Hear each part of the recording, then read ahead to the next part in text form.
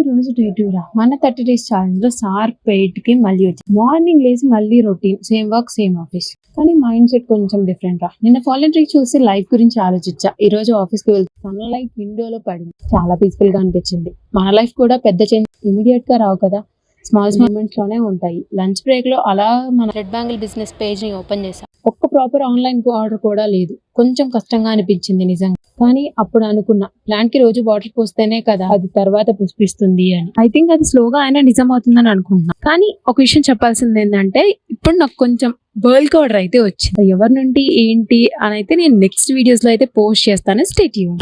మన small business కూడా అలానే స్లోగా అయినా పర్లేదు, కానీ స్టాప్ అవ్వకూడదు. పీజీకి వచ్చాక టైర్డ్ గా ఉన్నా, కానీ ఈ వీడియో స్కిప్ చేయలేదు.